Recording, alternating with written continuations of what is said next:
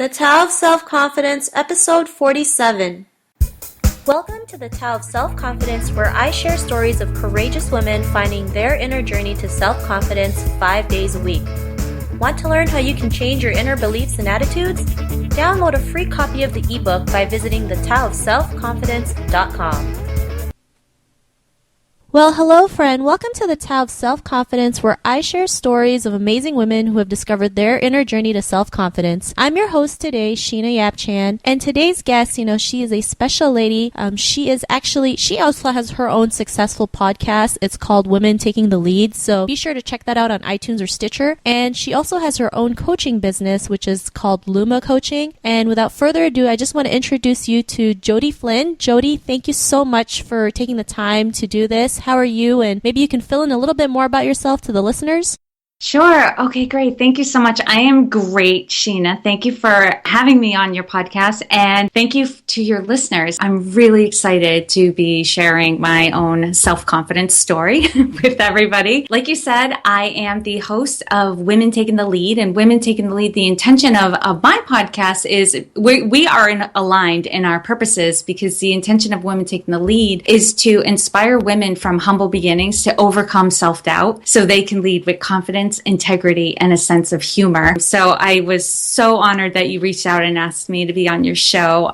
It was like a fist pump in the air moment. And I also have a coaching business that I've had for 5 years. In Luma Coaching, I coach small business owners and corporate executives around their leadership skills, so their communication, relationship building, and most of all, their self-leadership, to make them better leaders in their organization so that they're getting the results they want, and mostly to be living the lifestyle that they want to be living. So that's kind of me in the nutshell, other than to say, I live in southern Maine, which is beautiful. This time of year, there are long winters, but we definitely make up for it with the summers and the falls that we have. I am from a large family, a New Englander. I came from Worcester, Massachusetts. And I'm just focusing on my podcast and my business and trying to expand my reach and make a difference in the world.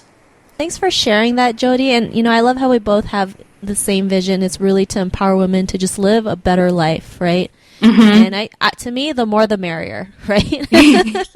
Yes. Don't we all want to be surrounded by people who are overjoyed with how great their lives are? For sure, right? I always say like attracts like. It's true. It's very true. So, Jodi, what's your cultural background? I am Irish Catholic. I grew up in a big Irish family, and like I said, in Worcester. Grew up in the Catholic faith, although I'm not practicing right now. I still attend Mass every now and again, especially when my parents come to visit. So, and what was interesting is recently, over the last couple of years, we've done more family tree history, and actually it was more than a couple of years ago, but I remember my brother reaching out to me and saying hey, we're related to Pocahontas. And I was like, no, we're not. That's such crap. Where did you hear that? Who made that up? But actually, my mother showed me all the documents and the family tree. And sure enough, my mother's father's side of the family, I believe, was descended from John Smith and Pocahontas. They had one child together before she died. And so that's really wild to know that my family was actually on North America for thousands of years before. And then, some of them went back to England and then into Ireland, and then from Ireland back to North America. So that's kind of a wild journey. That's a pretty interesting fact. Imagine, I'm pretty sure you were pretty shocked when you were like, wow, Pocahontas. Yeah, I was like, okay, cool. Now I have to look, find out more about her. It automatically made me more interested in her and that time period and stuff. So definitely intrigued me. But I think, I'm watching some documentaries on TV now. I think if we could all do, the blood tests and the family trees, we're all related to someone who's been famous in history, but it's nice when you find out who they are, because you can point to them and go, that person. For sure. I haven't gone through that yet, so maybe one day I will go through my family heritage. But for now, podcasting. Yeah. So, Jodi, what is your favorite self-confidence quote? I often quote Helen Keller. She's one of my favorite people in history, and she has this great quote. It's, "Optimism is the faith that leads to achievement. Nothing can be done without hope and confidence." And I love that because what it also breaks out is that when you are optimistic, there's hope and confidence in that, right? You have confidence that there will be an ideal outcome, even if you can't see it right now. So I take strength from that quote. Awesome. And I love that, right? Because as, true entrepreneurs, we believe it before we could see it, right? I mean, we see it in our heads, we visualize it, we see the success is already there. We just have to go and take it. So, that is a very important quote because a lot of people out there has this see it before they can believe it type of mentality, but really you have to change it. And, you already have to see it, or believe it before you can see it. So thanks for sharing that. Yeah. And in your own words, how would you define self-confidence? That's a really great question. I see self-confidence as the belief in myself. And I want to break that apart. It's not because I think I'm perfect, right? Or that I'm fully capable. It's that I have a belief in myself that I can figure it out along the way. And that gives me self-confidence. So self-confidence for me is really just the belief in yourself that you can overcome whatever comes your way. Awesome. I love that definition. And I know as women, we are capable of overcoming so many hurdles, right? I mean, we go through so much stuff, over men, for sure. I think we do. I mean, we have to go through pregnancy. You can stop right there. Yeah, pretty much. We trump them, right? So to all the listeners out there, especially the ladies, you can overcome anything, right? It's all in the mindset. So thank you for sharing that, Jodi. And what was your life like before the discovery of self-confidence? Well, I will say people are always shocked by this because I'm a pretty outgoing and confident person now. But growing up, I was absolutely not. My mom used to refer to me as a street angel home devil. And really what was going on there was I felt completely free to be myself, right? And do what I wanted and say what I wanted when I was at home with my family. But out in the world, I did not feel that way at all. I was incredibly shy. I was just silent. My teachers loved me because I didn't talk during class. I paid attention. I sat still. But a lot of it was I was just afraid to do anything else. And I actually was so shy, I trained myself to breathe silently, so that I wouldn't draw any attention to myself. And I hated being sent to the store or sent into stores when I was younger because I was afraid somebody I didn't know would come up and talk to me. And the experience I had, I'd be so overwhelmed that, if an adult came up to, now not like a small child, even when I was say 10 or 12 years old, when an adult would approach and ask me a question or say something, it sounded like, the adults on Charlie Brown, the cartoon where they're like, wah, wah, wah, wah, wah. I was just so I don't know what it was. I was just so scared, and I didn't. And looking back, I realized I had no confidence then. I didn't believe in myself. I didn't see myself as worthy. I felt so small in life. And it really shaped my friendships and how I was in friendships too, that I would just be so grateful if someone would be my friend, which is so crazy to me looking back now. I was fun, so, if I could get over, being scared, at home, I was a ton of fun, but out in the world, that's just not who I was. And every time I had to start a new school, oh my God, I thought I was going to have a panic attack. It was awful. Wow. I can kind of relate to when it's moving to new schools. I mean, because we moved from the Philippines to Canada, back again to the Philippines, back again to Canada. So the change in environment was totally different. Yeah. And it is nerve-wracking, right? But it's just getting through it every single day. It gets easier and easier. Jodi, what was that aha moment when you realized, what, you can shine even outside the house, right? People would love you for who you are. Yeah, it was a painful experience, but I look back and go, oh my gosh, that was a moment, one of those best things that ever happened to me moments. But time, I had a friend. We were friends since we were in kindergarten. So we went to school together. Other than 1 year in junior high, we pretty much went to school together. And we were juniors in high school. And, I hung around with her a lot. She was very gregarious, very cheerful, very high energy. She always had people around her. So I liked being around her because then I would be around a bunch of different people, but the attention wouldn't be on me. It would be on her, right? She was definitely,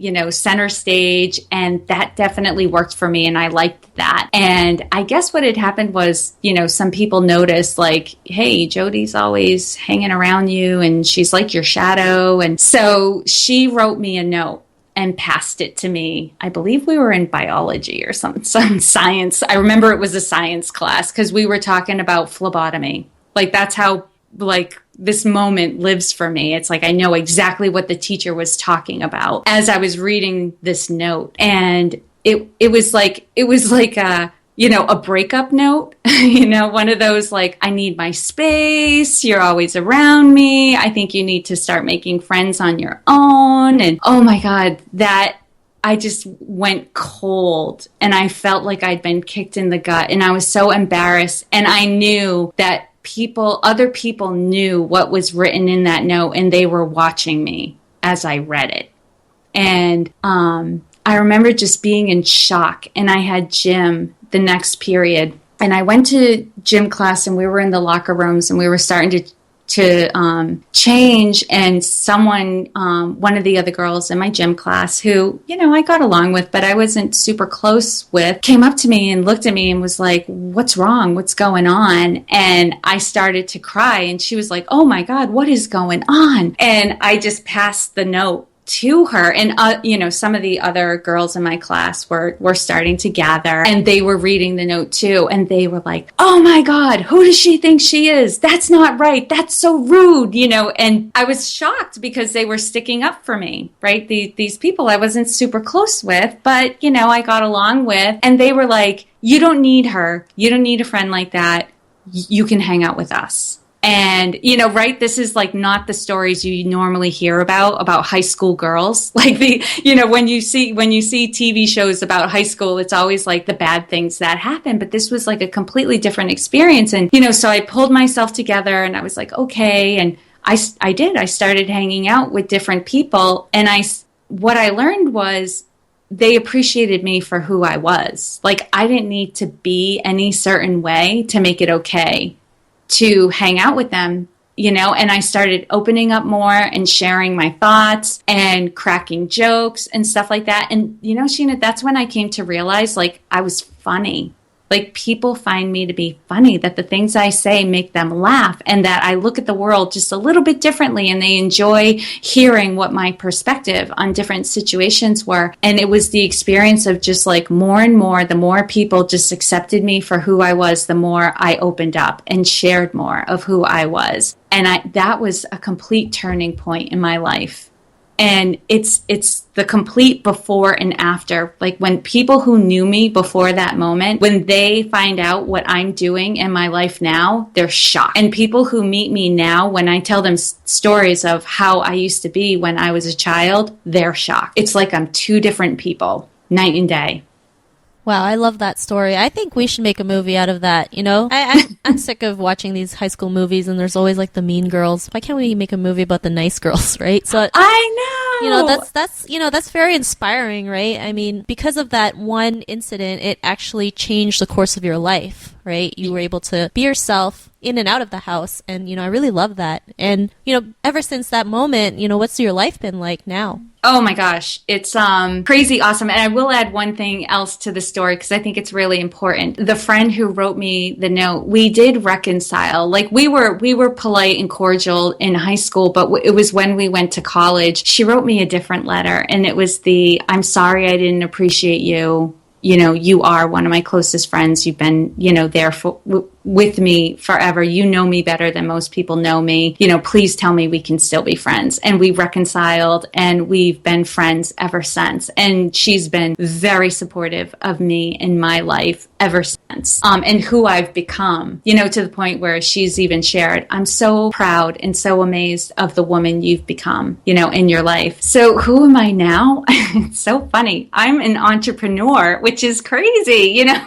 that, you know, there was a time in my life when I didn't have confidence and I blindly and confidently went into entrepreneurship. And now I'm coaching other people on how to communicate better and build relationships and lead themselves and lead others. And, you know, and that I do leadership coaching, right? Because it's very, very difficult to be a leader and not have confidence, right? It's almost impossible. You're leading, but not in the right direction. And that I'm coaching other people on how to develop their leadership and gain more confidence is so wild and such an honor to me as well. And then I have a podcast, like I'm sharing my voice out. I do interview episodes, but every now and again, I'll do a bonus episode where I'm just kind of sharing my thoughts and talking about a certain topic and giving some tips, and that it's being received. And I do public speaking now too. Like I do workshops, I facilitate workshops, I do speaking engagements.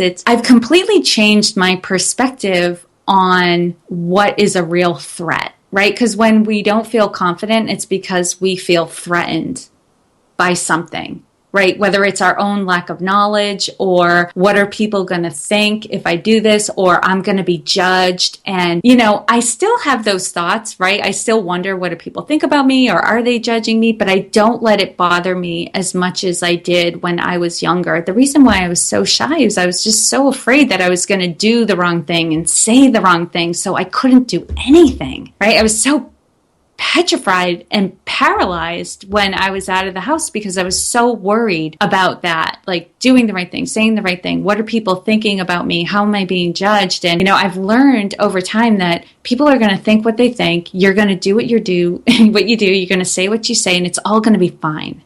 Right. And when you can let go of all that stuff, you're actually better able to do and say the things you actually want to be doing and saying. Thank you for sharing that. I mean, I'm so happy for you.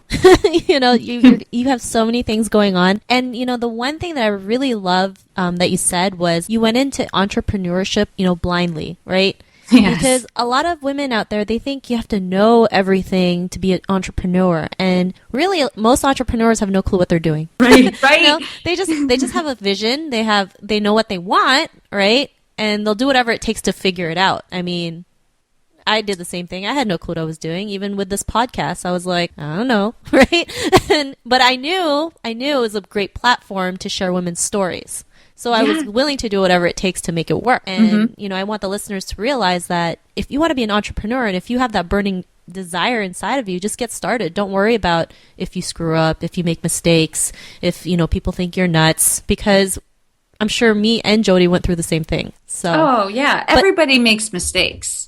Yeah. Right? You can't know everything that you're going to come across. And I'll say this, Sheena, I don't want to scare anybody, but I always say this. I'm like, I'm glad I didn't know everything that was going to happen when I became an entrepreneur, because I wouldn't have believed that I can do it. And here's the crazy thing, because I went into it somewhat blindly, you know, blissfully ignorant. I just dealt with things as they came up, like one at a time. You know, new challenge. Okay, how do I deal with this? And I dealt with it. But in the first year, that happens a lot. You just, like, it's nothing to be frightened of. You just deal with things as they come up one at a time, and you get over it. And in retrospect, you look back on the year that just happened and you look at everything you've overcome, and you are just amazed. Like, I was just amazed at myself. Like, I can't believe I just did all that. And if I had known I was going to go through that in the first year, I would have freaked out. But that's like everything in life. Like, if you want to be a parent and you worry about every bad thing that might happen as a parent, you'll never become a parent.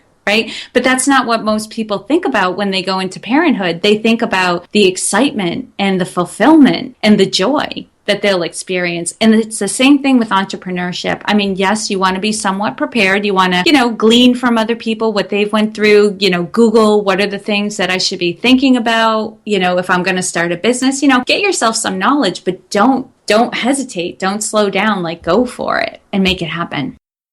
Awesome. Well, thank you. And it's true. I always believe action trumps everything, even if it's the wrong action, because it'll still lead you to the right action. So. Right. And here's the other thing, Sheena, really quickly. Yeah. You can't gain confidence without action.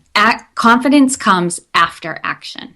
For sure. I totally agree. So Jodi, to the listeners out there, if they're on their own journey to self-confidence and they've been listening to your story, listening to what you have to say, what would be that one tip you would give to them? That is a great question. I would say if I were to sum up like everything we've been talking about in a nutshell, it's just believe in yourself. Believe that you can overcome whatever comes at you. That's where confidence comes from.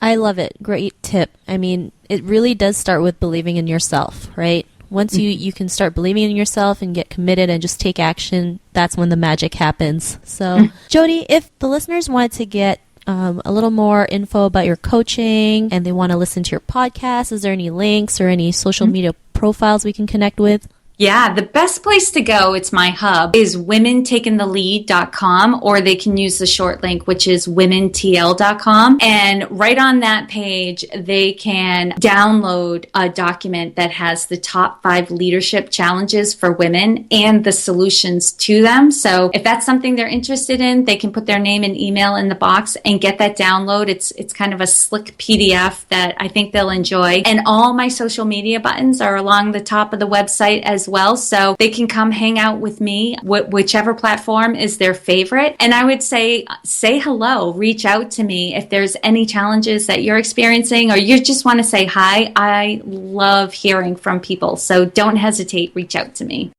Awesome. Well, thank you, Jodi. And to the listeners, you can also head over to the taoofselfconfidence.com and search for Jodi's name. Her show notes will pop up along with everything else we talked about. And I just want to thank Jodi for taking her time to share her story. I still think you need to make a movie based on your moment. I think it would be like a fan favorite. I love that. And Sheena, thank you so much for having me. And to everyone who's been listening, this has been so much fun. Awesome. Well, thanks again. And to the listeners out there, be sure to look out for another new episode of another amazing woman's story to self-confidence, and we'll catch you later. Bye for now. Thank you for joining us on another episode of the Tao of Self-Confidence. Visit thetaoofselfconfidence.com for links to everything we chatted about today, as well as killer resources, gifts, and so much more. Subscribe to the Tao of Self-Confidence on iTunes or Stitcher to hear more stories of amazing women finding their inner journey to self-confidence.